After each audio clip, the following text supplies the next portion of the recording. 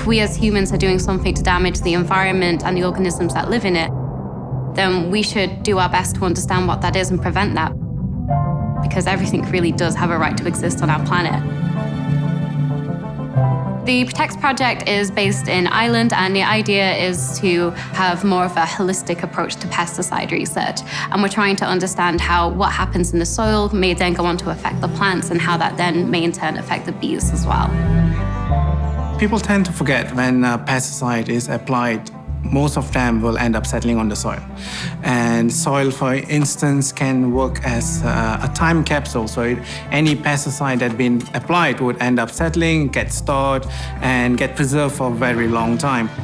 In this instance, the pesticide would translocate into the plant, where they get into the nectar and the pollen, where the bees can get exposed to it. And it will end up into our own food chain. We do understand that pesticide brings benefit to the agriculture industry.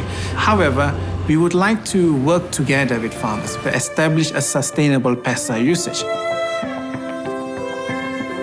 My research really focuses on pesticides that aren't designed to target insects. So these are fungicides and herbicides. And what was really surprising is that we found through my research that the behavior and reproduction of bees can be affected by these pesticides.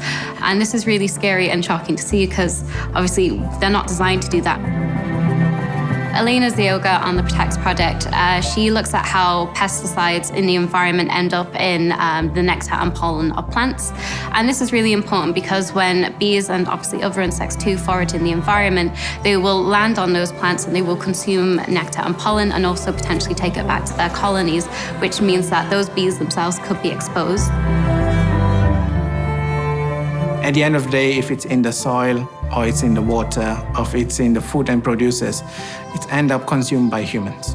So Protect project establishes a baseline information for future research, future legislation work for sustainable pesticide usage.